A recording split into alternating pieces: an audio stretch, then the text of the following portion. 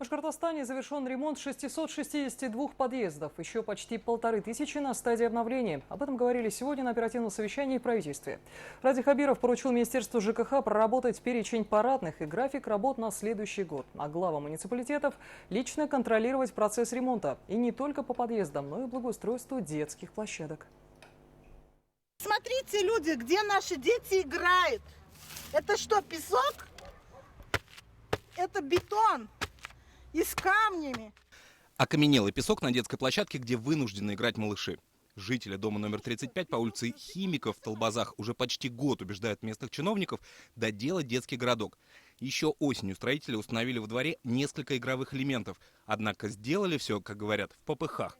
И сейчас на чаяние людей чиновники отвечают: нет денег и времени. При этом кататься на горке здесь невозможно. Это чревато травмами. Нет и мягкого покрытия, и солнцезащитного зонта в песочнице. Я так не согласна. Вот здесь нужно как-то по-другому сделать, заливать или что.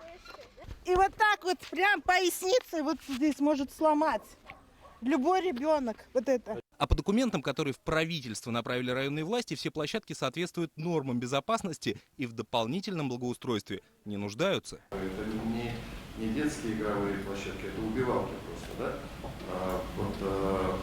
Такая история. Я к чему это обращаюсь ко всем главам муниципалитетов? Такое ощущение, что не до конца меня все услышат. Если заместитель главы подписал значит накажите его. Члены правительства сегодня проанализировали работу станции скорой медицинской помощи. Здесь по-прежнему наблюдается кадровый дефицит, и нивелировать его должен Минздрав. Это повысит качество медобслуживания, но и скорость ее оказания не менее важный вопрос. 20-минутный норматив выдерживают далеко не в каждом районе. Одна из причин – это износ техники. Многие кареты скорой уже отслужили свое и требуют обновления. Решение проблемы в целенаправленном системном варианте, как было решено, и Радий Фаридович поддержал это решение, в этом году будет обновлен автопарк в количестве 30 автомобилей. И на следующие годы мы разработаем детальный план по устранению планомерного износа существующего автотранспорта. На оперативном совещании в правительстве подведены итоги весеннего призыва: развитие сети многофункциональных центров и погашение задолженности теплоснабжающих организаций за газ.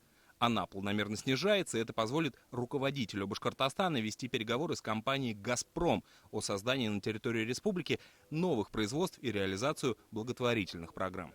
Азат Самирханов, Эльдар Насреддинов, Азат Узбеков. Новости. Уфа.